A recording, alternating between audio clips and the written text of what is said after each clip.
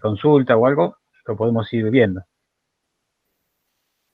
Si quieren abrir el micrófono y si no, lo pueden hacer a través del chat.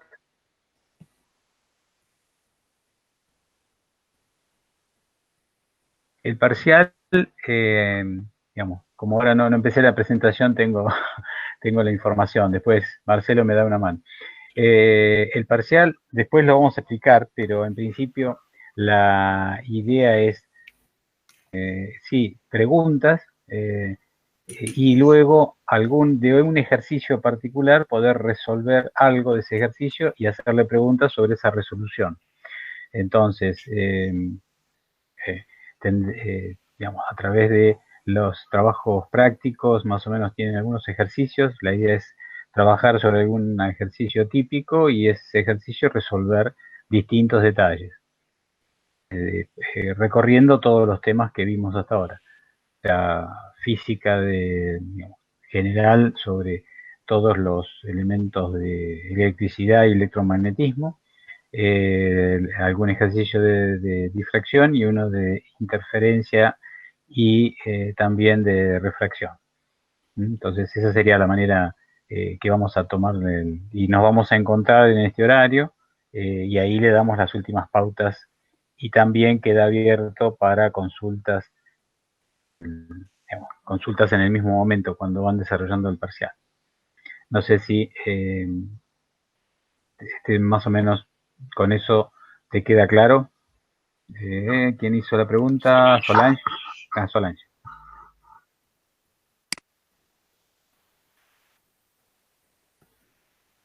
Perfecto. Bueno, algunos de los otros chicos que tengan una consulta, yo esperaría hasta, no Cuarto. sé, hasta el cuarto, hasta el cuarto y ahí, independientemente de los alumnos que estén formando parte de la charla, empezamos la clase. Sí. Consulta, ¿pudieron realizar algunos ejercicios? ¿Les resultó complicado? Mm, ¿Alguna devolución podían hacernos? ¿No?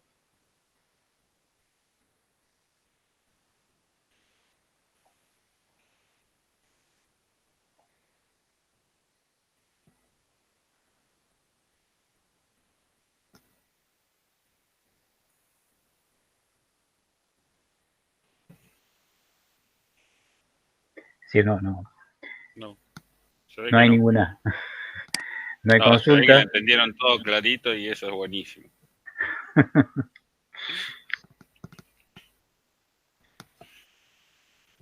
Lástima que no tenemos forma, porque todos, digamos, el que opina conocemos, pero la idea sería hacer una encuesta y bueno, ver cuántos empezaron a hacer los ejercicios, si ya los tienen hechos, qué complejidad. De los que están ahora, abrir el teléfono y hacer un comentario. Piensen que también esto es para nosotros es importante para ver cómo manejamos también las próximas clases de esta materia, ¿no? El Gerardo dice que todavía está con las prácticas. O Gracias, sea, Gerardo. no tengan vergüenza de equivocarse porque es el momento ideal para equivocarse.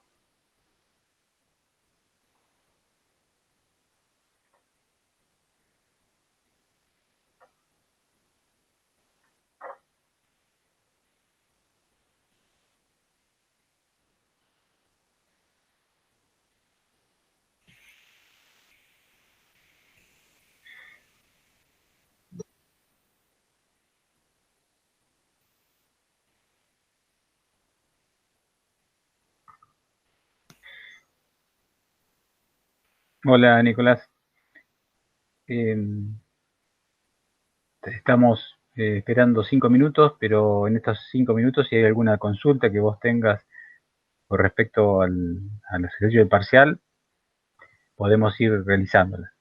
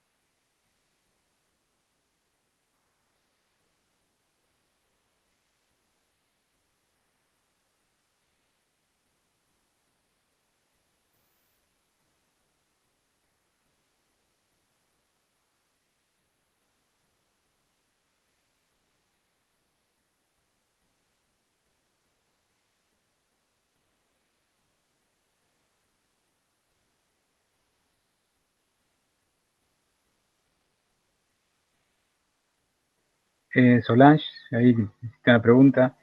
Sí, yo creo que para todos estos ejercicios de física tenemos el complemento de los libros o de los ejercicios que les pasamos dentro del apunte. La más va a haber mucho más ejercicio en el sentido de que ya son cálculos de sistemas de comunicaciones, es decir, cálculos de cómo se realiza, cuáles son las críticas de antenas, etcétera. O sea que esta primera parte corresponde a resolver todos los temas que tengamos que ver conceptuales.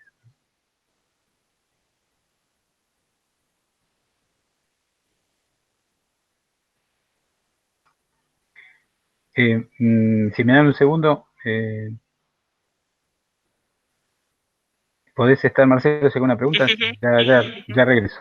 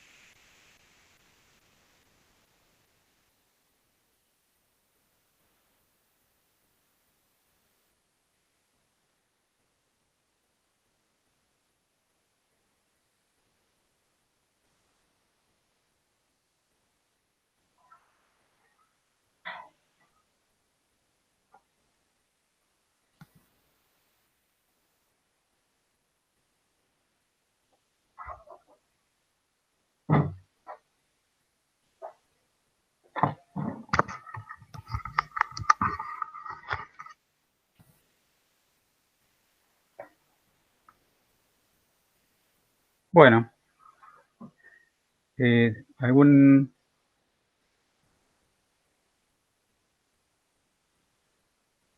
Parece que vamos a hacer 9 hoy. Bueno, parece que también han ido chicos a la clase de la mañana hoy, ¿no es cierto? Claro, sí, hoy tuvimos bastante. Perfecto. Bueno, chicos, vamos a arrancar. Como todas las clases, cualquier cosa, abren el teléfono o mandan un chat. Vamos a arrancar con la clase de hoy. Vamos a poner una plumita y empezamos a comentar un poco los temas. La idea, como la semana pasada hicimos todo lo que serían leyes físicas con óptica geométrica, en la clase de hoy vamos a hacer todo el análisis de la parte de óptica física. Es decir, qué vamos a ver en la clase de hoy y cuál es el trabajo práctico, todo el tema de interferencia y todo el tema de difracción de señales electromagnéticas. Aquellos que hicieron algo de física, posiblemente estos temas lo hayan visto, pero casi todas las cosas que se ven en física están referidos a señales electromagnéticas de luz, con lo cual cuando hablamos de señales del tipo electromagnéticas de cualquier sistema de radio, a veces no tenemos algunos conceptos que son interesantes para ver acá. Bueno, disculpe. Los problemas en un enlace, o sea, acá yo tengo un sistema, un transmisor, por ejemplo, o transmisor receptor, tengo el transmisor TX y acá tengo el receptor RX. La idea de estos problemas que tenemos con el tema de interferencia, vamos a hacer el análisis de que yo tengo una señal que va a salir de esta antena transmisora, va a ir por el aire, por ejemplo, y a través del aire llega a esta antena receptora. Pero va a haber posibilidades, como vimos en el caso de cuando hay dos materiales distintos, que acá en este caso el aire, acá tendríamos tierra, ¿no es cierto? Acá tenemos una interfase, por ejemplo, esto puede ser la tierra, puede ser también un edificio, puede ser algo. Genera entonces acá una reflexión, y esa reflexión llega al receptor, y ese receptor veremos qué pasa con las señales. O sea, hay una señal que se va a mantener constante y otra que parece que va a variar. En eso se basa el tema de interferencia. Trabajar con dos señales similares y ver qué ocurre. El otro tema que vamos a analizar, que ocurre en todos los sistemas de comunicaciones, es el tema de difracción. Y el tema de difracción tiene que ver con que la zona de comunicaciones entre la antena transmisora y la antena receptora esté libre de elementos. Pero ¿qué ocurre cuando esa transmisión directa no está libre? Por ejemplo, en este caso, en este dibujo está libre de algo, pero si por ejemplo aquí tendríamos un edificio, una serie atrás de esta casa, tendríamos un edificio que esté cubriendo esta expectativa o otro, entonces ahí ya tendríamos alguna interferencia directa de elementos físicos, en este caso, por ejemplo, este edificio, o cualquier otro elemento que hace que haya. Entonces, ¿qué es lo que ocurre acá? Bueno, esto es lo que vamos a analizar en la segunda parte de la clase de hoy. Ahí va a haber algo de zonas de Fresnel, va a haber una formulita que vamos a trabajar para ver qué pasa y entonces resolver cuando tenemos algún tipo de interferencia visual entre el punto de transmisión y el punto de recepción, qué posibilidades tenemos con esta explicación de difracción en las señales. Bueno, empezamos entonces con el primero, que es interferencia de ondas electromagnéticas. Interferencia de ondas electromagnéticas. ¿Ok? Entonces, acá, ¿qué nos dice? Cuando hay ondas de radio, se produce siempre cuando se combinan dos o más ondas electromagnéticas. Acá estoy haciendo el caso de dos ondas electromagnéticas, una que es el foco 1 y otra que es el foco 2, que están en el espacio a una cierta distancia. Esas dos señales van a estar transmitiéndose, como aparece en el gráfico, hacia la derecha y hacia la derecha arriba, y en algún lugar o punto se van a intersectar. O sea, en este punto se intersectan, y hay algún efecto entre las dos. Luego las señales, tanto del foco 1 como del foco 2, continúan. Pero en este punto va a pasar algo. ¿Qué es lo que va a pasar? Bueno, en función de la fase que va a tener la señal en este punto P, podemos tener cuatro posibilidades. En realidad son tres, pero digamos, una va a ser que si las dos señales están en fase, ahora vamos a ver un grafiquito para verlo más claramente, los vectores representativos del punto, en el punto P de esas dos señales, pueden llegar a duplicar la señal. Es decir, la señal se podrán, acá digo, las señales se pueden duplicar.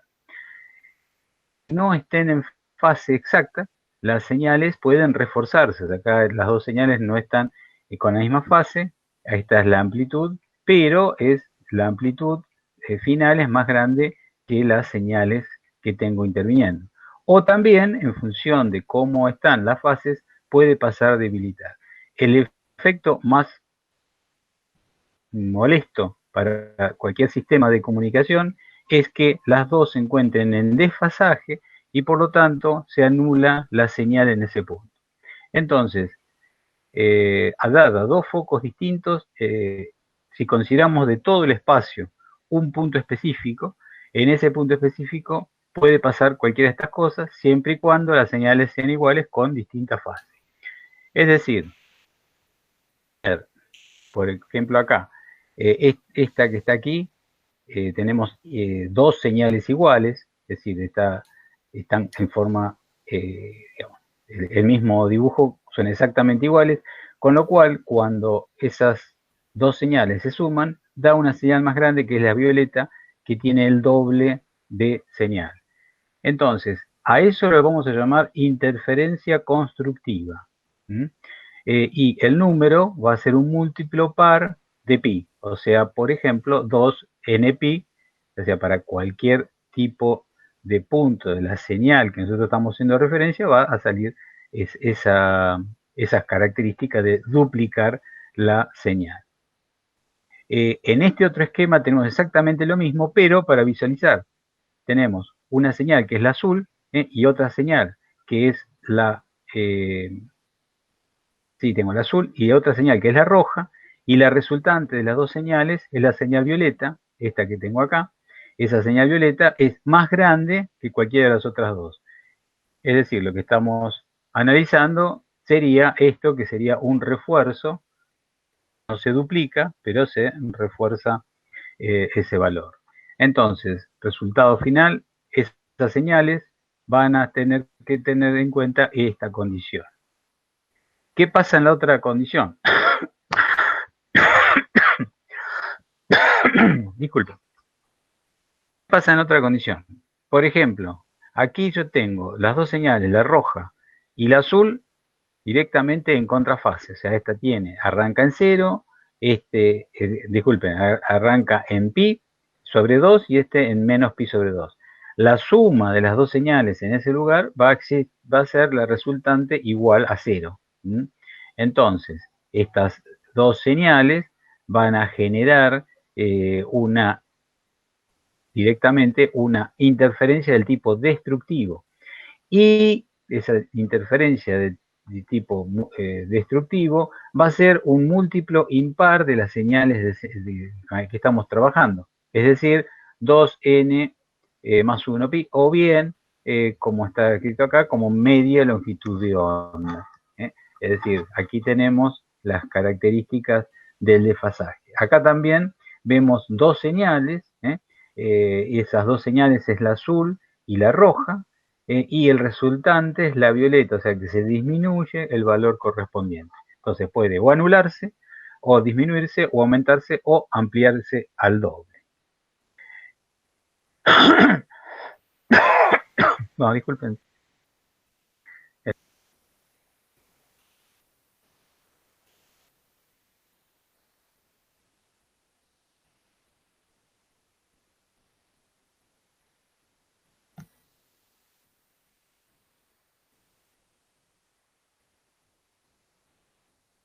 Ahí estamos. Bueno, ¿qué tengo en esta filmina? Bueno, vamos a hacer el caso de tener, como hicimos en el dibujo anterior, dos puntos que están generando la misma señal, y esa misma señal va a recorrer el espacio, que en este caso este espacio es R1, hasta el punto P, que es donde yo quiero hacer el análisis de las dos señales. Acá tengo el punto, el foco 1 o el foco 2, ahí tengo un recorrido de distancia R1 y acá tengo un recorrido de distancia R2. No sé si entró alguien. No. No. Tengo un recorrido R1 y R2. Después trabajo acá de esta manera, tratando de hacer un triángulo rectángulo, tal que la distancia de R2 se divida en una parte igual a R1 más un delta, que sería este valor que tengo acá. Entonces, la diferencia de camino entre la señal de este foco y la señal de este va a estar dado por este delta. Es decir, si acá la señal comenzó siendo sinusoidal de este estilo, en este caso esa señal comenzó a ser sinusoidal y exactamente igual, pero en este punto se van a encontrar y seguramente ese encuentro van a llegar a este punto P con alguna condición. Y las dos condiciones que ya charlamos serían estas. Es decir, la diferencia entre R2 y R1, que es igual al valor de delta, puede ocurrir que sea un sistema contributivo, es decir, acá hablamos de máximo, es decir, ya en realidad es hasta el doble de la señal, es que se van sumando en forma positiva. O también que se van disminuyendo en el caso en que esa señal tenga, como habíamos puesto en la filmina anterior, un valor de n más un medio, o sea, media longitud de onda. Con lo cual ahí tendríamos todos lo que se podríamos llamar mínimos, o sea, que la señal va a ser más chica. No es que sea cero. Los dos casos que vimos en la filmina anterior, acá, es la condición de que sea o máxima y se duplica, o mínimo y se anula. En el caso de que estamos haciendo este análisis, bueno, ahí lo ponemos que va a ser máximo o mínimo y dependiendo de la fase entre cada una de ellas. Resumiendo entonces, en este gráfico, estamos viendo los dos focos, que acá lo se llamó S1 y S2, y todas las señales que salen de ese foco, y acá podemos decir, por ejemplo, que en las señales que están en negro voy a tener una interferencia constructiva donde van a existir los valores que vamos a llamar de máximo, o sea, n lambda. Y en los otros puntos, aquí en estas condiciones, en esta condición, que sería a otros ángulos distintos, voy a tener todos puntos de mínima. Vamos a ver que este tipo de esquemas nos van a servir bastante para cuando hablemos de antenas. Cuando hablamos de antenas, vamos a tener que ver cómo es el espectro de salida. Y justamente la antena podemos estar considerándola como dos puntos, o bien ponemos a hacer un arreglo de antenas, todo eso lo vamos a analizar, pero lo interesante de esto es que dada dos señales exactamente iguales en dos focos distintos, espacialmente corridos, me van a generar en el espacio me van a generar unas interferencias que en este caso pueden ser o constructivas o destructivas. Un ejemplo que podemos comentar es si alguno todavía tiene una radio de amplitud modulada de las viejas, las chiquititas tipo Spica, y recorre la casa, van a encontrar que hay zonas donde la señal se pierde y hay otras zonas donde la señal es un poco mayor. Efectos de las señales de amplitud modulada, que son, ya hemos visto, hay una zona de frecuencias que uno puede analizar en el tema de broadcasting, va a tener esto bastante efecto en condiciones. Cuando levantamos la frecuencia, o sea, en este caso con sistemas de Wi-Fi, esto mismo existe, pero las condiciones digamos, de diferencia de fase van a existir, pero la frecuencia va a ser mucho más grande, con lo cual ciertos volúmenes, digamos, van a ser distintas la referencia de la interferencia que vamos a tener. Bueno, sí, esta filmina lo pongo más que nada para que tengan información para las más clases. Y acá, ¿qué es lo que se trabaja? Y acá lo que trabajamos es la intensidad de campo eléctrico en un punto del espacio, ¿no?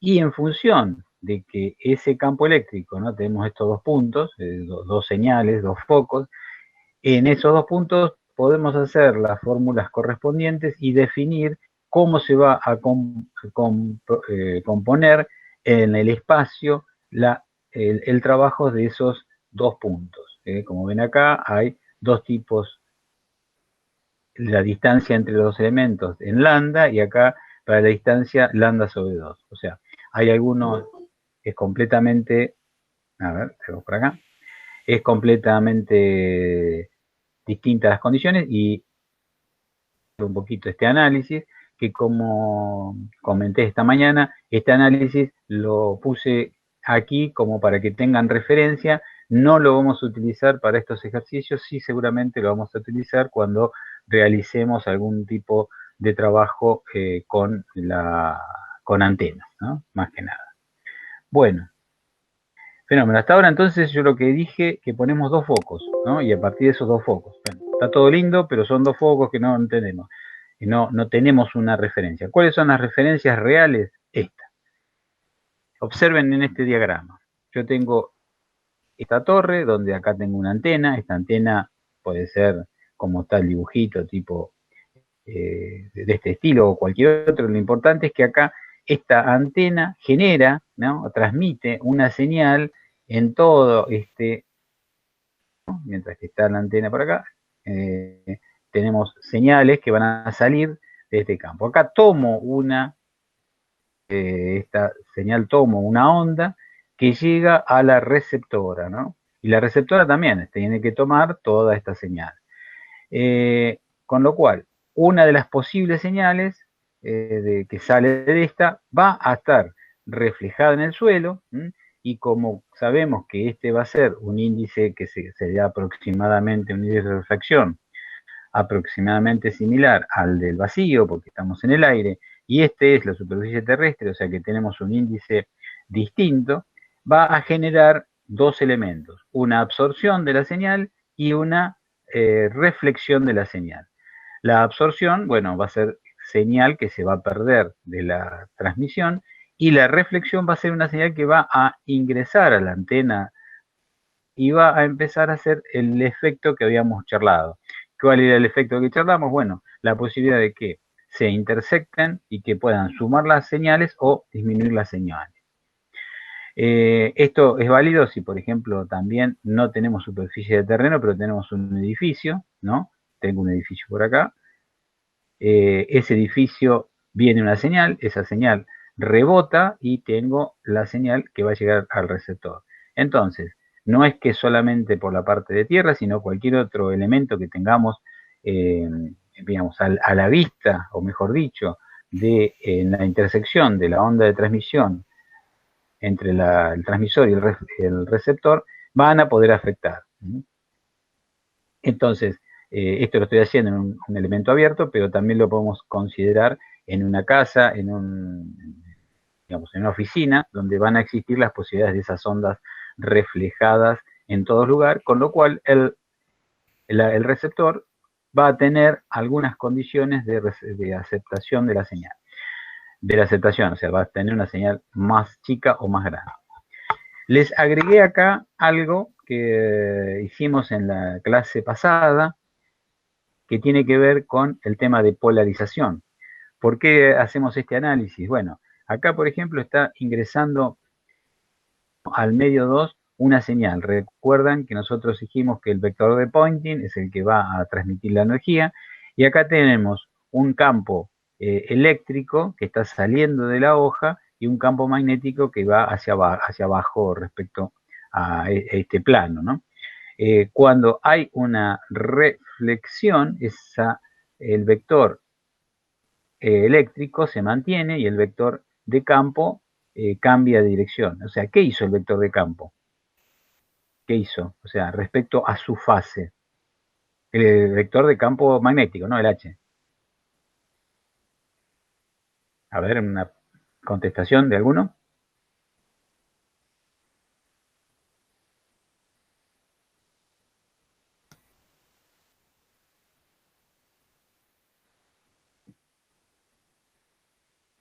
Sí, la pregunta está. A ver, a ver.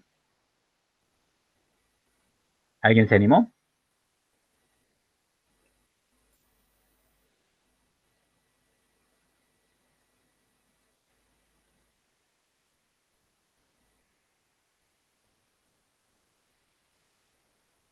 ¿Nadie se anima a decirme qué es lo que pasa? ¿No se animan? Hoy, no ha permitido. La humedad está poco intervención de los chicos. Bueno, voy a hacer la cuestión. ¿Qué es lo que pasa? Para que esta señal rebote, lo que va a tener que pasar es que esta señal que venía con una fase, para que vuelva para el otro lado, tiene que ir con fase contraria. Con lo cual, para el campo H voy a tener un desfasaje de 180 grados. Este venía para acá, este va para allá, o sea que hay un desfasaje de la señal respecto al vector de Poynting, que se hace, digamos, inversa.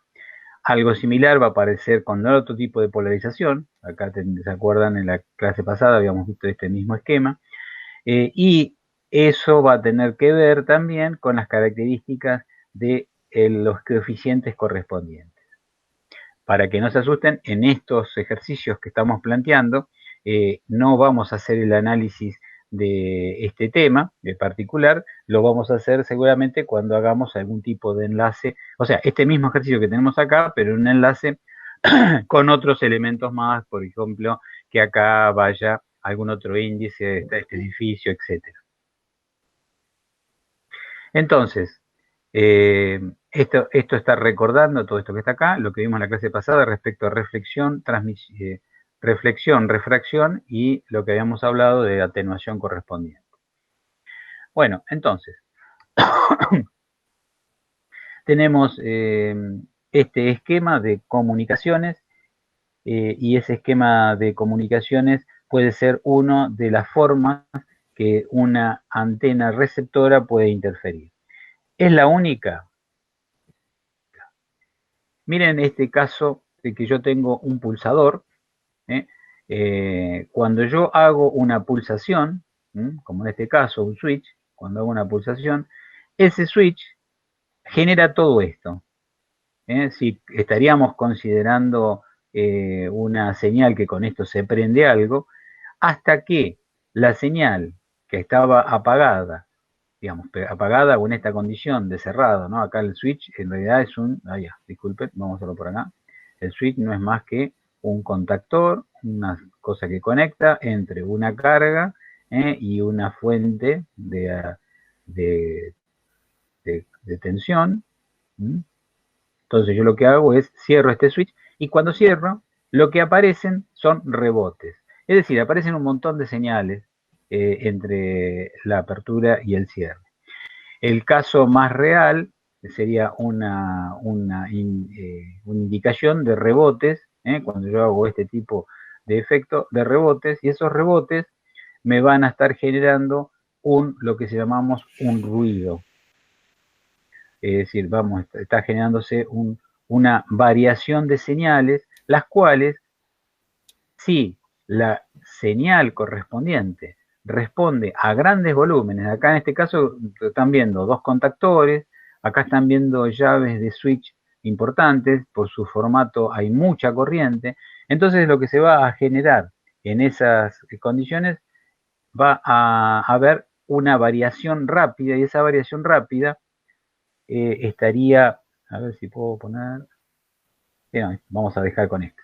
Esa variación rápida de la señal me genera una variación, que por ejemplo acá es una variación que está en 0 y pasa a 1, o sea, o una señal de bajo pasa a alto, y esa señal genera un montón de armónicos. Aquí vamos a hablar de lo que es la integral, la serie de Fourier.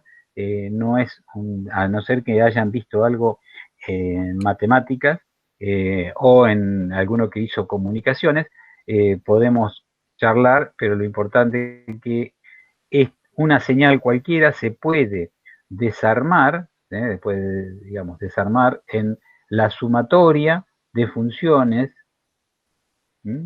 de omega t más phi, ya vamos a tener una tabla para poder hacer un poco mejor las dibujitos, más un valor de b por coseno, dejo acá coseno, de omega t más phi. Es decir, nosotros podemos descomponer cualquier señal, como la que estamos viendo aquí, esa señal, estoy pensando, que se genera a través de la variación del cerrado de una llave. Entonces, esa variación va a estar formada por unas cuantas señales sinusoidales, que van a llamarse armónicos. Por ejemplo, esta señal que yo veo acá armada, está armada por 3 armónicos. El rojo, que si vemos acá es el de mayor amplitud, el amarillo, que es el que está por acá, y el verde. Normalmente se está diciendo que este es la fundamental, este es el primer armónico, este es el segundo este es el segundo, este es el tercero, cuarto y quinto. Esta señal entonces está armada por la fundamental, el tercero y quinto armónico. Acá está todo bien. Con esto lo que estamos definiendo, bueno, diciendo, bueno, qué características tiene una señal cuando yo hago un contactor. Pero, ¿qué ocurre si yo tengo una señal transmitida como esta, que está en el espacio, y que en el espacio aparece una interferencia a través de este conector, y acá lo podemos ver que existe esta señal verde, o casualidad, la pongo en el mismo color, porque señal con respecto a esta otra señal van a generar la suma de señales en el espacio y por lo tanto la posible interferencia. En el caso observen que está la condición de la señal verde que está producida por los armónicos es igual pero con 180 de fasaje, con lo cual la resultante, si tendríamos esto, la resultante de estas señales sería igual a 0, ¿no? La resultante de esto daría 0. Entonces, esto es para comentar que las dos posibilidades que tenemos es o trabajando con una superficie de reflexión o, como en este caso, interferencias a través de algún dispositivo que puede generarnos nosotros este tipo de problemas. Por supuesto, cuando uno tiene este tipo de generación, como hice referencia, por ejemplo, ¿dónde encontramos a esto en un edificio? El ascensor normalmente estamos pidiendo, bajando, subiendo, o sea, en cada momento que se requiere su movimiento, hay una señal que genera alimentación a ese motor y después se corta. Con lo cual, este tipo de señales es algo típico. Para poder resolver esto, por supuesto, lo que tenemos que hacer es tratar de aislarlo. No pregunto, pero esta solución lo tuvimos en la primera clase, que tenía que ver con lo que habíamos charlado con la ley de Gauss. La ley de Gauss, que se acuerdan que teníamos dos casquetes, un casquete que era metálico y otro era todo, los dos eran esféricos, uno todo de metal, el otro solamente el casquete. Y veíamos que dentro de ese casquete metálico no había campo. Conclusión de esto, que para resolver muchos de estos problemas normalmente se aíslan a los circuitos para que no le ingresen este tipo de señales. ¿Por qué digo esto? Cualquier dispositivo, incluso si abren un celular, en el celular van a encontrar algunos, digamos, pegada una lámina metálica para que justamente no se genere interferencias con señales espurias, como este caso. Acá estoy hablando de señales específicas de ciertas magnitudes. No estamos hablando de efectos de señales más chicas que las podemos ya definir como ruido, pero en definitiva el ruido, esto no es más que una forma de ruido llevada al análisis de señales electromagnéticas. Bueno, ¿alguna consulta hasta por aquí? Profe, eso que acaba de explicar del celular, ¿se funcionaría algo así como jaula de Faraday o Es no? justamente correcto. Lo que tenemos es una jaula de Faraday. Es decir, es algo que permite que las señales electromagnéticas no entren, en este caso que yo hice el ejemplo, en un celular. Si ustedes observan, antiguamente todos los sistemas electrónicos tenían una caja metálica. Actualmente, si abren un equipo, un router, cualquier aparatito, es una caja de plástico, pero si observan tienen o una pintura metálica o bien alguna superficie metálica pegada en su superficie. Y en particular, si miran un poquito en detalle, en donde están toda la parte de generación de señales, hay una separación física metálica que hace que ahí no entren, porque estas señales, eh, digamos, pueden ser grandes, pero si yo estoy generando una señal dentro de un dispositivo, esa señal es muy chiquita, la estoy generando y estoy agregándole otra señal. Con lo cual se hacen lo que vos dijiste, tipos de señales de Faraday para poder anular esas posibilidades de interferencia. Otro ejemplo que tenemos es en los cables. Si ustedes vieron algún cable de la computadora, normalmente van a encontrar que hay como un cilindro que está recubriendo el cable. ¿Ese cable para qué? Sí, bueno, tiene doble función. Una, para que las señales que estoy generando dentro de la computadora, que va, por ejemplo, a un monitor con señal con distinto tipo de frecuencia, no se transmita al aire. Y por otro lado, si hay algo en el aire, ese elemento va a ser de absorción.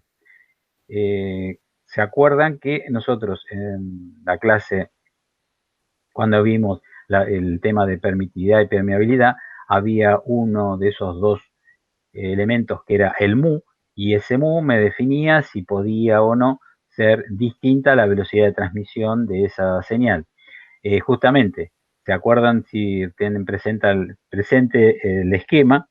Había una representación donde los mu más o menos se mantienen iguales, mientras que no sea un sistema metálico. El sistema metálico tiene justamente una variación importante que tiene que ver con todo esto que estamos comentando, es decir, con la absorción de las señales para que no interfieran, como estamos diciendo. Lo que ocurre es que en una condición como la que estoy explicando, ¿no es cierto? O sea, en un lugar donde tengo sistemas de contactores, en un lugar donde tengo un enlace que está en el espacio, ese tipo digamos, de posibilidades para poder quitarlo no las tenemos. Entonces existen las interferencias, y las interferencias más importantes analizadas podemos considerarlas desde este punto de vista. Profe, Sí, no, otro ejemplo de la jaula de Faraday puede ser en microondas. el microondas, bueno, justamente para que no salga ninguna señal y nos interfiera, el microondas es el elemento que es todo metálico, ¿no? La caja es metálica y por lo tanto ahí lo queremos no para que no entre la señal, sino para que las señales que se generan no salgan. Esas señales son perjudiciales para la salud, eh, y, esa, y justamente el hecho de que sea toda una cuestión metálica, ajeno a que ayude a que haya rebotes y aumente la potencia, otro problema aparte.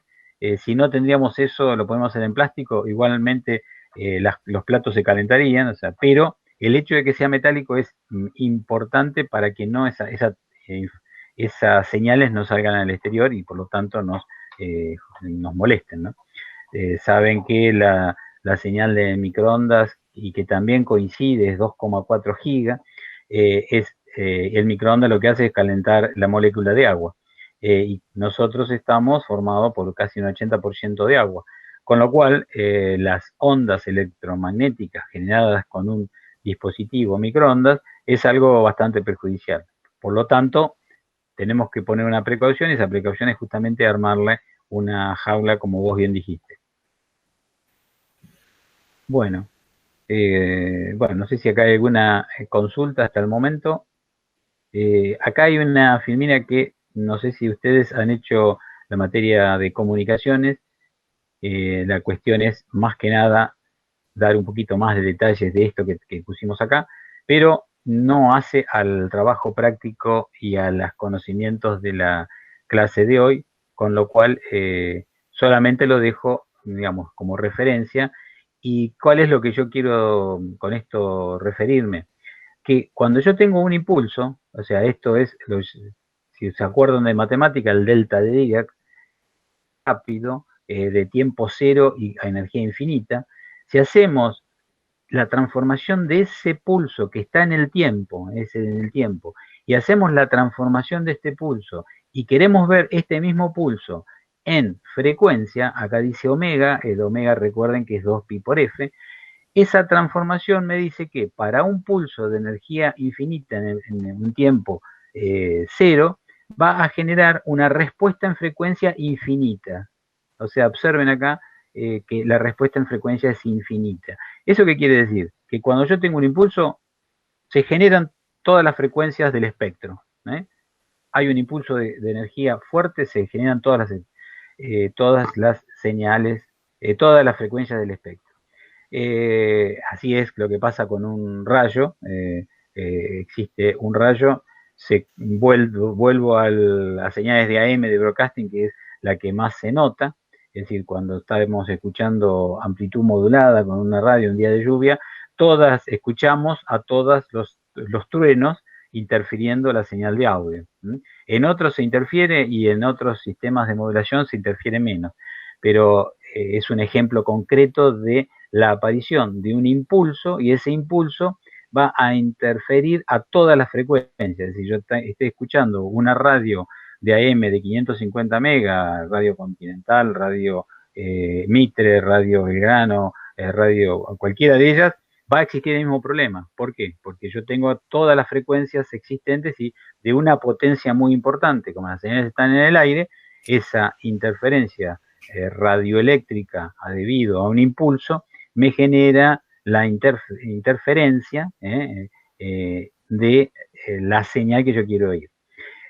Yendo un poco, esto sería un impulso, que solamente podemos verlo en algunos casos de donde tengo tiempo cero y energía infinita.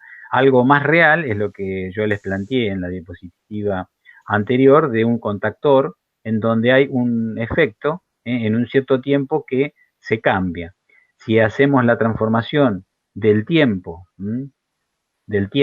la señal en el tiempo, a una señal en frecuencia, se observa que esa señal en la frecuencia va a tener un montón de componentes. Cada uno de estos puntos corresponde a una frecuencia particular. Cada uno de estos puntos son frecuencias particulares. Acá tengo la frecuencia 1 sobre t, 1 sobre el periodo, que corresponde a la mitad de la señal que yo estoy generando acá. Aparte de la matemática, acá se ve que hay señales de frecuencia que se generan en forma positiva, negativa, que en realidad es cada uno de estos elementos no es más que una onda de tipo sinusoidal, que acá no me sale sinusoidal ni aunque le pida. Bueno, entiendan ustedes. En el pizarrón tampoco hubieran sido muy lindas, por eso hay que poner las filminas. Pero bueno, la idea es que cada uno de estos puntos responde a una onda sinusoidal. Quiere decir que cuando yo tengo un pulso, se genera. Entonces, la interferencia se puede generar con cualquier tipo de señales. Señales de radiofrecuencia específicas, como el caso que hicieron el tema de microondas. ¿Qué dije recién? Las microondas tienen 2,4 gigas. Si yo pongo o abro el microondas y tengo un celular cerca que está transmitiendo en Wi-Fi, vamos a ver que vamos a tener algún tipo de interferencia. O sea, ¿por qué? Porque la frecuencia de Wi-Fi es 2,4 gigas, la frecuencia de calentamiento de la molécula de agua es 2,4 gigas. Lo único que va a salvar esta situación es que en el caso del celular vamos a tener un efecto que se llama modulación, que va a tratar que las señales puedan recomponerse o hacerse de otra manera. Pero a los efectos de interferencia es el ejemplo de una interferencia, 2,4 gigas el microondas, 2,4 gigas todos los sistemas de Wi-Fi que uno tiene en la casa. Bueno, hagamos entonces algún ejercicio del trabajo práctico. Tenemos este ejercicio, creo que estos otros dos. En realidad, hagamos un análisis del enunciado y veamos de las fórmulas que hemos planteado en la clase a cuáles vamos a utilizar. Tenemos entonces un enlace de 100 MHz, polarización horizontal. Bueno, esta está como una referencia. No dijimos que no nos íbamos a incorporar con el tema del tipo del épsilon correspondiente en estas prácticas de interferencia y difracción. Pero lo pongo porque es un elemento que hay que tener en cuenta. Si no, cualquiera puede preguntar, pero ¿puede haber alguna de las señales que generan los 100 megaciclos interferencia? Sí, por supuesto. Entonces, si hicimos polarización horizontal, nos estaríamos indicando que vamos a hacer una transmisión con una sola polarización y con una Tierra que dice que es plana y conductora perfecta. Es decir, que en este punto de reflexión voy a tener la señal de entrada igual a la señal de salida. Condiciones del famoso caballo esférico que daban como ejemplo, que no tiene rozamientos. Bueno, estoy poniendo elementos para poder analizar exclusivamente el efecto que quiero, que es en este caso la interferencia. Bueno, las distancias aquí están puestas, en este caso son R1, que es esta que está acá, igual a R2, las cuales la suma de las dos dice el ejercicio que está en 1 kilómetro. La pregunta que se nos hace es, ¿a qué altura colocaría las antenas? O sea, esta antenita que está acá. Si miran en el trabajo práctico, si lo tienen a mano, observen que la H estaba, digamos, indicada en un lugar un poquito equivocado. O sea, H es esto, la altura exclusivamente del valor donde la antena tiene el máximo, ¿no? Por ahí estaba indicada por acá abajo. Bueno, independientemente de eso, esta sería la información que yo tengo. R1, R2, la distancia entre R1 y R2, la frecuencia correspondiente, o sea, la frecuencia y la distancia. Entonces lo que tenemos que calcular es H, pero ¿para qué? Cuando tengamos una interferencia constructiva y una interferencia destructiva. Podemos ir para atrás unas cuantas filminas. Lo que tenemos que hacer es esto. Ver cuál es la diferencia, ¿no es cierto? Y calcular un poco con los triángulos correspondientes que aparecerán en el esquema, no, acá ya no, esquema, por ejemplo, como este, los triángulos que se están formando, las características, acá, las características de el valor de esta altura. Digamos, una vez que conocemos bien qué tenemos que aplicar, lo que resta es un poco de geometría, nada más, o sea, análisis de geométrico. Como hoy me preguntaron también, hay ciertos ejercicios que no están, que no tienen resultado numérico, sino que justamente la idea está para que sea un resultado analítico, en donde uno pueda jugar con los parámetros y decir, bueno, a ver, si aumento esto, ¿qué es lo que ocurre? Si disminuyo, ¿qué es lo que ocurre? No es el caso de este ejercicio. El caso de este ejercicio nos está diciendo que, bueno, calculemos y demos un número. ¿Cuánto es el valor de H para dos condiciones? Pero van a encontrar algunos ejercicios de la práctica 1, 2 y creo que de esta, donde no hay un valor numérico, sino que hay un valor empírico en el cual nos da el concepto de lo que tiene que pasar. El otro, los dos ejercicios que están, responden al mismo tipo de metodología. La señal de antena se refleja un ángulo de 70 grados, o sea, ahí no tengo los mismos casos, no tengo la cantidad, tengo un ángulo respecto a la normal, con un edificio de 200 metros que está por acá, que es el punto de incidencia. ¿Para qué valor de frecuencia se generaría una interferencia destructiva entre el rayo directo y el reflejado? O sea, entre este rayo, que viene a ser el directo, y este, que es el reflejado, que pasa en este punto, en el punto de reflexión. Acá le da la distancia, se le da la distancia, se da otras características del ángulo este, o sea que geométricamente tienen todos los elementos como para poder hacer el cálculo. Y por supuesto, el cálculo va a estar referenciado a la cantidad de ondas que se encuentren y referenciado a la fase de esa zona. En el último ejercicio que está por acá, habla de exactamente lo mismo, pero me pregunta la interferencia destructiva. O sea, la información que requerimos para poder resolver este tipo de ejercicios normalmente es lo que se solicita en función de la geometría del espacio y luego aplicar algunas de estas fórmulas que estábamos comentando. Bueno, creo que con esto son dos ejercicios de interferencia que pueden hacerlo y la idea está que yo dé todo esto porque como es el parcial, que por lo menos estos ejercicios los tengan lo más claro posible o que si hay preguntas, sean preguntas, digamos, en la semana sencillas, digamos, que ya las hemos charlado ahora. En ese caso, por eso no hay más ejercicios en esta práctica, solamente están aquellos que consolidan la teoría que estuvimos charlando. Bueno, seguimos entonces con el siguiente tema, que es el tema de difracción. Podemos analizarlo como lo siguiente. Una onda puede rodear un obstáculo. Ah, mira qué interesante. O sea, yo tengo una onda que viene, acá tengo un obstáculo, ¿no? Vamos a poner este obstáculo, y parece que esta onda que tengo, que está llegando a este obstáculo, se puede alejar de su condición normal. La condición normal, ¿cuál es? Su comportamiento rectilíneo. Es decir, que si yo llego a un edificio, esta onda se va a reflejar si es perpendicular o si es oblicua, se va a reflejar y no va a pasar para el otro lado. Lo que dice que justamente la onda puede rodear un obstáculo, es decir, que aparentemente esta señal puede hacer este efecto y volver para aquí. Bueno, esto es justamente el efecto de difracción, que es la que vamos a estudiar.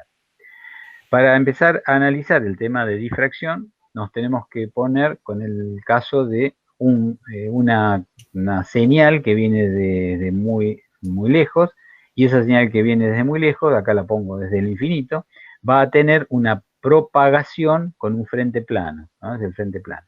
En realidad, esa propagación de frente plano es cuando yo tengo un frente de onda esférico, si yo tengo acá la señal, el generador de señal, y esta señal va a emitirse para todos los lados, es decir, acá en este caso va a ser una esfera que va a emitir para todos lados porque es un punto omnidireccional, y lo que se van a formar son señales que forman el campo esférico alrededor de esa señal infinito. Cada vez esta señal va a ser, digamos, de alguna manera van a quedar con frente plano.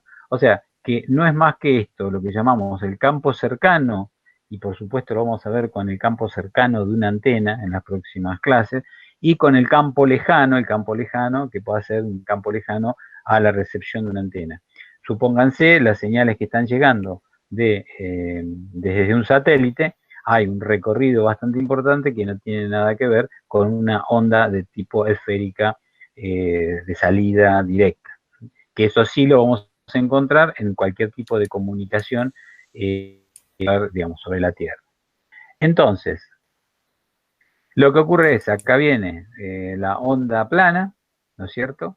Y aquí hay una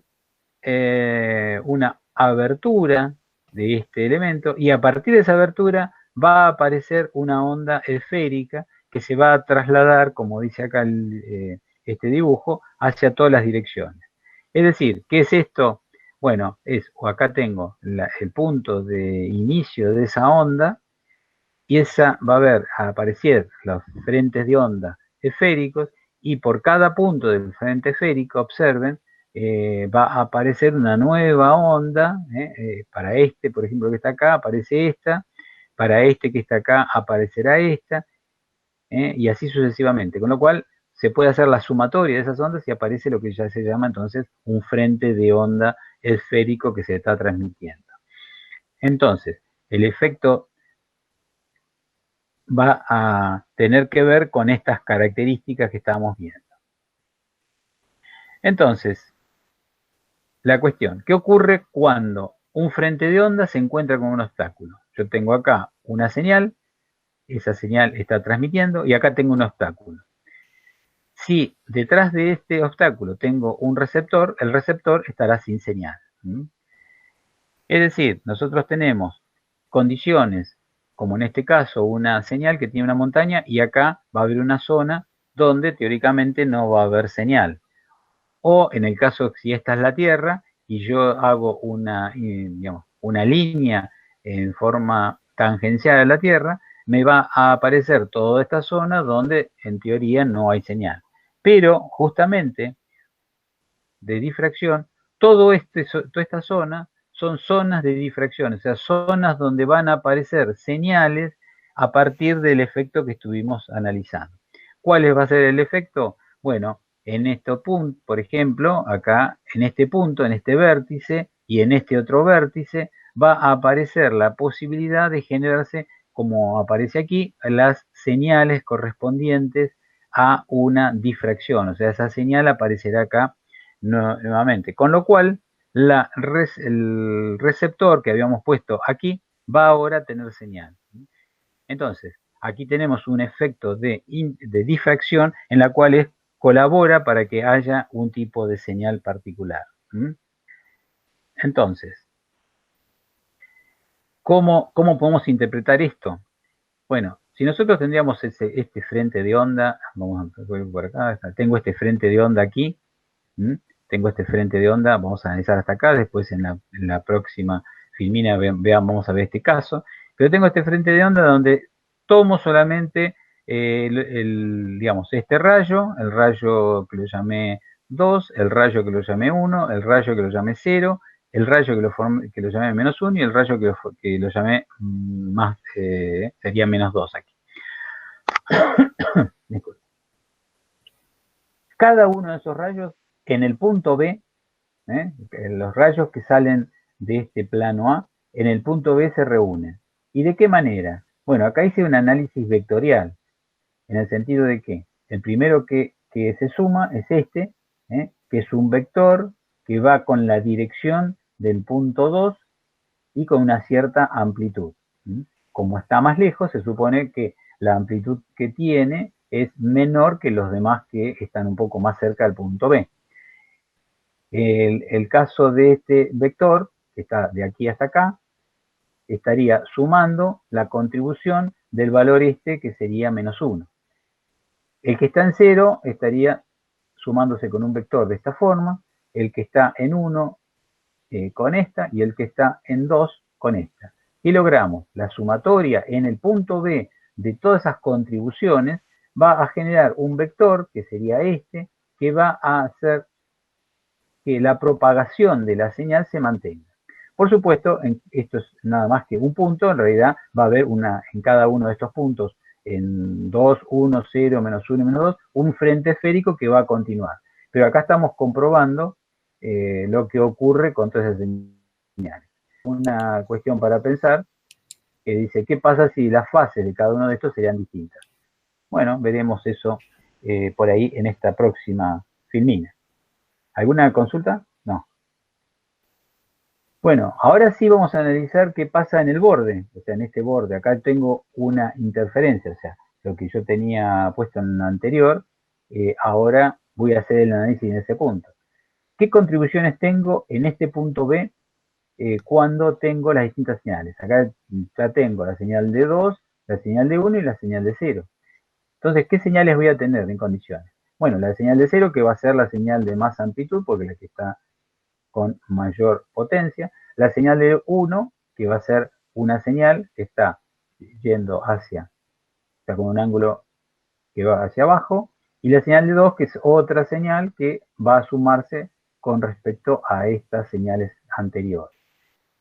La resultante, ¿cómo es? Observen, la resultante es una resultante que hace la suma de todos estos vectores y va hacia abajo. Es decir, quiere decir que en este punto, que fue el punto de intersección de todos estos valores, a través del efecto de sumar cada una de las contribuciones del frente de onda, se generó una nueva onda y que esa onda se ve claramente que va hacia abajo. Es decir, si yo pongo más elementos, supongamos que tengo un frente de onda que también tenga contribuciones de acá, más contribuciones, aunque sean más chiquitas, esas contribuciones van a ir sumando y va a hacer que la señal en el punto B llegue hasta otro punto más bajo. Entonces, el efecto digamos, de una interferencia física, como puede ser un edificio, una montaña, va a verse resuelta, o mejor dicho, del otro lado, en la zona de difracción, se va a ver resuelta en función de la aparición de este efecto que se va a llamar difracción. En los libros de texto normalmente van a aparecer, es decir, voy a tener esta la señal donde se transmite, que está acá, donde se recibe. Acá tengo una caracterización de donde estos puntos que yo estuve sumando, puede ser que sea un punto de suma, ya acá estamos hablando de interferencia de la sumatoria de señales. Entonces puede haber señales que van a estar todas sumándose y otras que se van a sumar y restar. Con lo cual van a aparecer zonas, esto que está acá es el plano P, visto de frente, con lo cual lo que tengo acá es solamente uno de estos círculos, en donde tengo acá el R1, R2, y donde hay lugares, como las partes negras, donde hay más señal, porque la contribución de todas esas señales fueron positivas. Y lugares, como son la parte blanca, donde la contribución hizo que se interfieran en forma destructiva. Entonces, va a aparecer señales, a estas señales que aparecen acá, van a ser definidas a través de lo que se conoce como radio, y como el estudio lo hizo Fresnel, van a estar llamados como radio de Fresnel. Aquí, matemáticamente, podemos jugar un poquito con esta expresión y vamos a encontrar que cada uno de los radios de Fresnel van a estar dados, n corresponde al radio de Fresnel correspondiente, ¿no? Rn, si es el inicial, será el R0, va a estar dispuesto en función de las distancias que hay entre donde tenemos este lugar, por ejemplo, en este caso, esto podríamos considerar como una hoja que está trabajando entre dos puntos, transmisor y receptor. En ese lugar va a tener una distancia de 1, hasta el receptor tengo la distancia de 2, y la suma de los dos valores. Y va a depender de la longitud de onda de la señal que va a aparecer acá. ¿Por qué longitud de onda? Ya dijimos, esto es una señal que se recorre en el espacio, no en el tiempo. Una variación constante.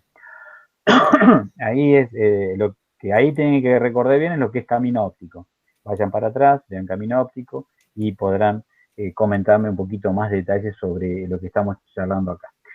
Aquí vemos un encuadrito, pero que habla exclusivamente de señales de frecuencia del espectro visible, banda X y frecuencias y otras frecuencias.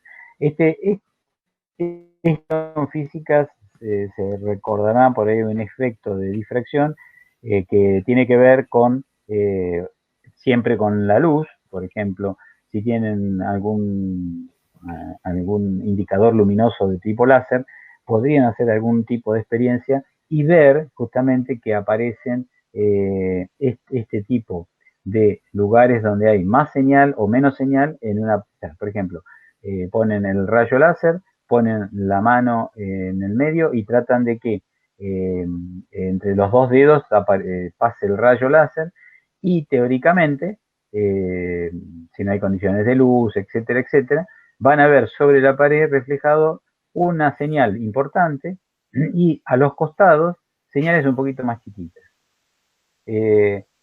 También hay algunos láser que tenían algunas figuras. Si observan el láser contra una pared de esas figuras, van a ver que también esas figuras se repiten. Ese efecto es de difracción y en realidad están poniendo adelante del láser una figura con realizada esa figura para poder determinar algo particular, Pero lo interesante de eso es encontrar que hacia abajo, hacia el costado izquierdo, derecho, van a encontrar señales de menos intensidad, pero exactamente igual. Ese efecto es justamente el efecto de difracción, como un ejemplo en las señales de luz. Bueno, entonces, lo que aclaramos recién, la fórmula general va a estar dada por esto, y van a definir con esto todas las zonas de Fresnel. Una cosa importante, tanto para esta fórmula como para todas las fórmulas que van a utilizar, digamos, en este caso, en estas tres primeras prácticas, tengan en cuenta qué unidades se utilizan en cada una de ellas. ¿Por qué? Porque dependiendo de las unidades que nosotros estamos trabajando, vamos a tener valores completamente distintos de un coeficiente que aparezca por acá adelante. Por ejemplo, a ver, bueno, esto lo pondría en los ejercicios. Vamos a dejo por acá. Entonces, es decir, no tengo, lo tenía en otra filmina que la quité. La idea está entonces que este coeficiente va a depender si lambda está en metros, si d está en metros, o si lambda está en kilómetros y d en metros. Entonces, tengan cuidado con el manejo de unidades de cada fórmula que utilicemos. ¿Cuáles son los elementos más importantes? Bueno, que esté todo en la misma unidad de metros, kilómetros, hectómetros, que esté todo en la misma unidad de frecuencia, megahertz, gigahertz, que esté en la misma unidad de superficies, y eventualmente los índices correspondientes son los que nos van a ayudar a corroborar ese tipo de valores. Es una cosa importante porque por ahí hacen todo un desarrollo y pusieron uno de los factores con un valor distinto, y ese valor distinto hizo que el resultado sea equivocado. Y si, por ejemplo, ponemos algún ejercicio donde tengamos que calcular un radio de Fresnel y hacemos eso, digamos, si no ponemos bien correspondientes a las unidades que uno necesita, posiblemente quede el ejercicio mal porque se puso en ese momento una forma de medición distinta. Bueno, este ejemplito que está acá daría las condiciones de la potencia, ¿no es cierto? E0, ¿ven? En forma logarítmica, E sobre 0, está dado en decibeles, y lo que está representando es la relación entre esta altura, que sería, este es el obstáculo, este es el transmisor, este es el receptor. Esta es la altura entre el rayo que une el transmisor con receptor con este obstáculo, que en este caso está determinado como un triángulo, pero puede ser cualquier elemento. El radio de Fresnel va a estar dado con esta fórmula y con lo tanto va a ser necesario calcular a ver si esta señal que yo tengo acá entre el transmisor y el receptor pasa o no el primer radio de Fresnel. La idea básica, vamos a poner por esto, es que al menos si yo tengo la seguridad de que el radio de Fresnel, el primer radio de Fresnel está sin interferencia, la señal a la salida, o sea, mejor dicho, en el receptor va a ser muy buena. En el caso de que haya variaciones, bueno, la señal va a ir bajando. Miren acá, se hicieron las fórmulas correspondientes, y acá tengo la señal a partir de una condición de una altura donde el radio de Fresnel es mucho más chico que este valor de H, y para este lado, en donde el radio va a ser mucho más grande. Este es un esquema solamente explicativo, porque nosotros lo que vamos a utilizar es un esquema como este, que tiene que ver con la referencia de la I2. Esta reglamentación la van a tener, como dije recién con otros temas, no es tema específico para poder hacer un cálculo de enlace, pero solamente vamos a hacer acá en la parte de difracción, vamos a poner un poco de luz, en la parte de difracción que responde a este trabajo práctico, vamos a hacer el análisis exclusivamente para se llama de filo de cuchilla, Es decir, vamos a ver aquí, la condición de la obturación, ¿no? Va a aparecer, acá tengo el transmisor, acá tengo el receptor, y esto va a determinar cuánto se oculta del rayo, el radio de Fresnel en función de esa comunicación. En este caso está separado. Para hacer las cosas más sencillas, en la I2 aparece este coeficiente D, coeficiente con la letra griega nu, que es función de este gráfico para normalizarlo. Por aquí también hay una ecuación para casos en donde el valor de nu es menos 0,07, o sea, menor, o sea, entre este valor, o sea, en realidad lo que está dando es prácticamente el formato de esta pendiente como para poder calcular los valores de y no tener que estar usando la tabla. Como la tabla es una herramienta que vamos a tener accesible para el día del parcial, bueno, tranquilamente podemos decir, bueno, si yo tengo una condición de un radio tal que aparece en esta condición de 1, la cantidad de decibeles que se van a perder son 14. Si en el caso el radio de Fresnel está trabajando dentro de las características con valores negativos, bueno, como ven acá, la cantidad de decibeles de pérdida va a ser 0, o sea, no va a haber decibeles de pérdida. La idea de esto, entonces, de difracción, lo vamos a manejar técnicamente con la cantidad de decibeles que se pierda o no en función de la obturación del rayo central. Entonces, acá tiene que ver con un poco lo que les comentaba. Es decir, hay distintos tipos de fórmulas y cada una de esas fórmulas tendrá una característica respecto a el valor de la distancia, el valor de lambda. ¿Cuáles usamos acá? En realidad, cualquiera de ellas, dependiendo, casi seguro vamos a utilizar esta, para no tener que trabajar sobre los ángulos y alguna cosita más. Pero bueno, puse todas y en realidad lo que está puesto acá no es más que lo que me dice la información del ITU para poder hacer cálculos para distintas frecuencias y con interferencias correspondientes.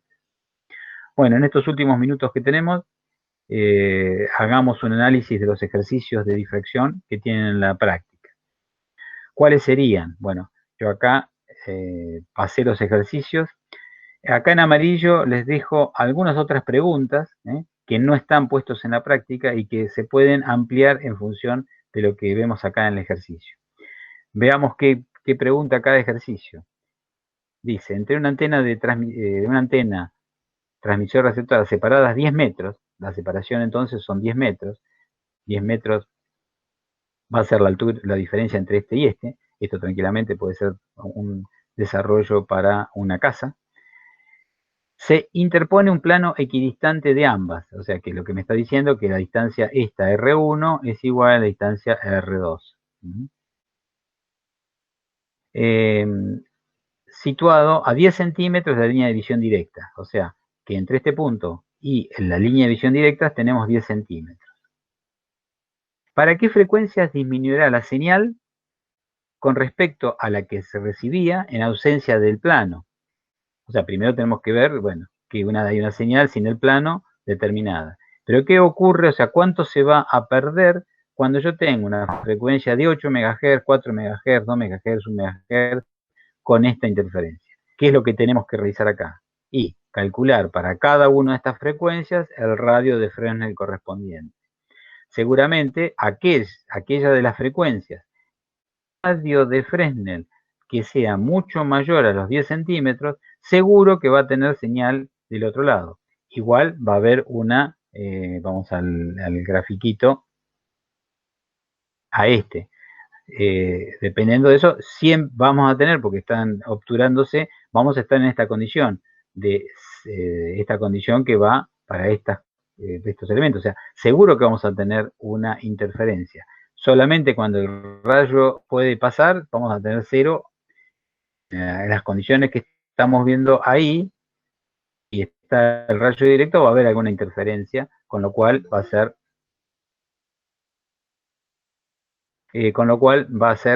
la posibilidad de esa interferencia va a tener una cantidad de decibeles y decibeles son los que estaremos calculando. Entonces, la primera parte del ejercicio es aplicar los radios y hacer un análisis qué pasa esos radios con esta altura de 10 centímetros. En el segundo ejercicio dice, desea establecer el enlace de 10 kilómetros, ya nos fuimos de 10 metros a 10 kilómetros, con equipos de cuya frecuencia es de 915 MHz, ya estamos casi en el giga. El perfil de camino indica que el punto más alto está a 3 kilómetros del receptor y respecto al nivel de la línea de visión directa que une el transmisor con el receptor y está a 18 metros aproximadamente. Las preguntas típicas son, ¿cuál es el radio de la primera zona de Fresnel? ¿Cuál es el porcentaje de obstrucción? ¿Y cuál es la pérdida de difracción? Con lo cual, mismas formulitas, mismo gráfico para poder hacer análisis, sería, ahora hacemos el gráfico como para que quede claro, digamos, para todos los ejercicios. Las preguntas adicionales, digamos, ¿qué porcentaje del radio de la primera Fresnel tiene? Según el gráfico, ¿cuál es la pérdida? Eso ya lo hicieron, porque si no, ya estamos usando esto. ¿Se puede considerar el enlace realizable o no realizable? O sea, preguntas adicionales que son realizadas sobre esa expresión. Los otros dos ejercicios que tienen de difracción son estos, en donde, de vuelta, hay todo un trabajo de transmisor, receptor, altura de antenas, frecuencias. En el primero de los dos ejercicios dice, determine la atenuación en base a la frecuencia elegida. O sea, acá tengo 4 frecuencias y yo quiero que de esas 4 frecuencias elegir una que haya comunicaciones. En el otro ejercicio, también de vuelta, distancias, la onda correspondiente a una altura, sería la altura del obstáculo, las distancias entre el transmisor y el receptor, la frecuencia correspondiente, y lo que pregunta es determine la altura que colocaría las antenas tal que la atenuación generada en el edificio sea nula. Entonces, los esquemas de utilización y de trabajo van a estar dados por este esquema, ¿no?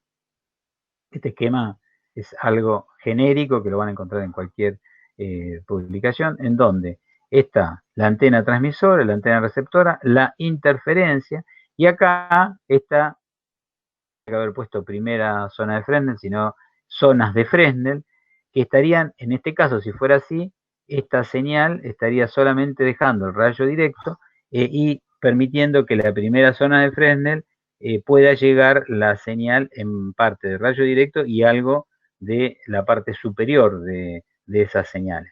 Entonces, la altura H sería la altura que está este edificio y en forma genérica, como dije, para los otros ejercicios, nos va a permitir hacer el análisis a través de las, digamos, de las ecuaciones que habíamos dado. Y acá tendríamos que ver, digamos, la raíz cuadrada de n por lambda de 1, 2, de 1, 2, todo se pone en metros. Si yo pongo algo en otra unidad, bueno, tendré que realizar, por ejemplo, acá, el valor del radio de Fresnel, teniendo en cuenta D en kilómetros y F en gigahertz, aparece un numerito de 17,32, donde cada uno de esos valores responde a valores en kilómetros y en gigahertz. En el caso aparece acá otro numerito mágico, 8,657, está dado en kilómetros y también en gigahertz, en donde hay una característica distinta que tiene un 4 que viene del 2πf correspondiente que no fue anulado.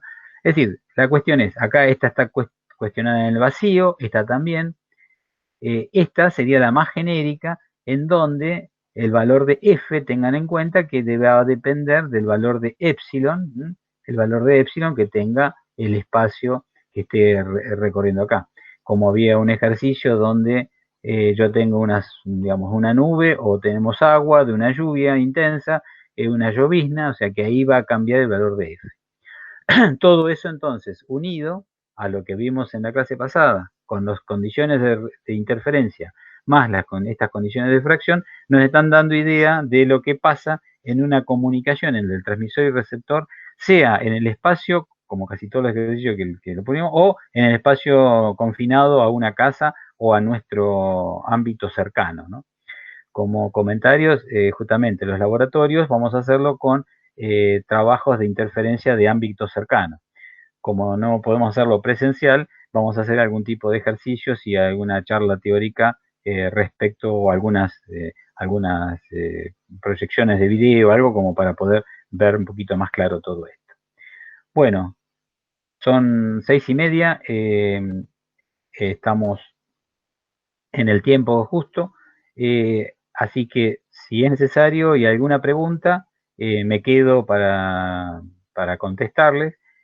Si no, nos mandan un correo electrónico, tanto a mí como a Marcelo como a Cristian, y tratamos de resolver la pregunta por correo electrónico. Y si son varios los que tienen esa misma duda, generaremos alguna reunión en Meet, en Zoom, en alguna de estas elementos para poder vernos y poder conversar particularmente. Así que bueno, queda del lado de ustedes que puedan hacer los ejercicios y que nos consulten para cualquier tipo de inconveniente que tengan con ellos. El primer parcial va a ser justamente saber conceptualmente qué cosas de física tengo que conocer para poder hacer un enlace de un sistema de comunicaciones inalámbricas.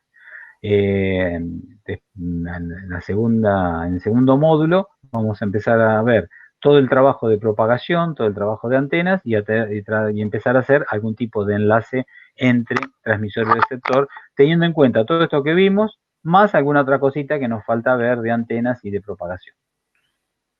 Bueno, chicos, los dejo con la posibilidad de... Voy a dejar de compartir la pantalla. Creo que ahí estamos. Si tienen alguna duda, lo podemos charlar, y si no, los dejo... a ver, examen va a ser a través de CDG. Sí, van a tener que tener la plataforma CDG funcionando, porque ahí vamos a poner la información para los ejercicios. Va a haber cuestionarios, puede haber alguna pregunta tipo multiple choice, pero en función de la resolución de un ejercicio. Y vamos a reunirnos a las 5 para empezar el parcial.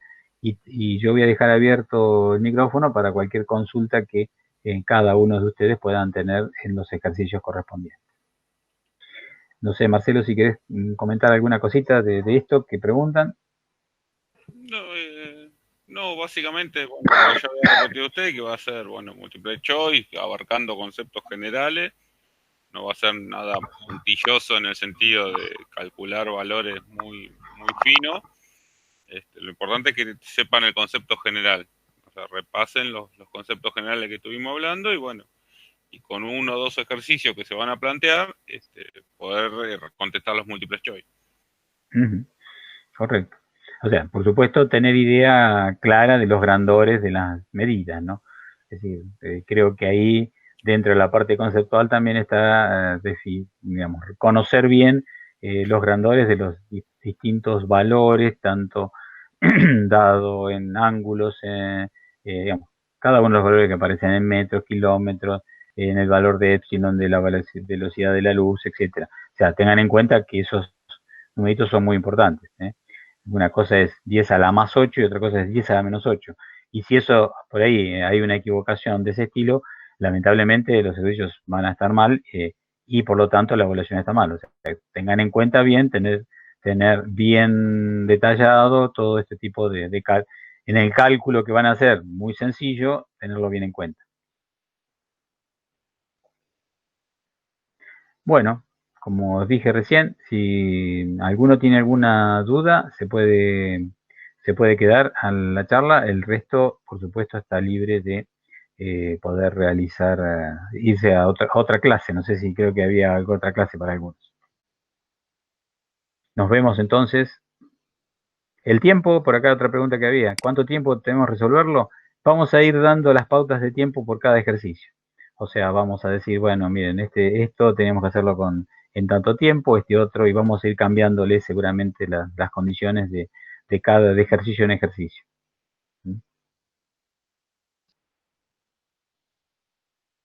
¿Ok, Solange? Perfecto.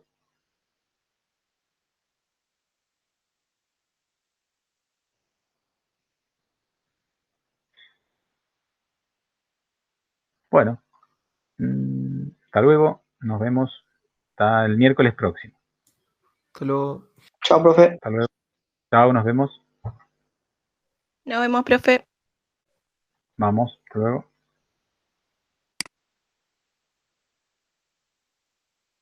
No, al contrario, es de ustedes.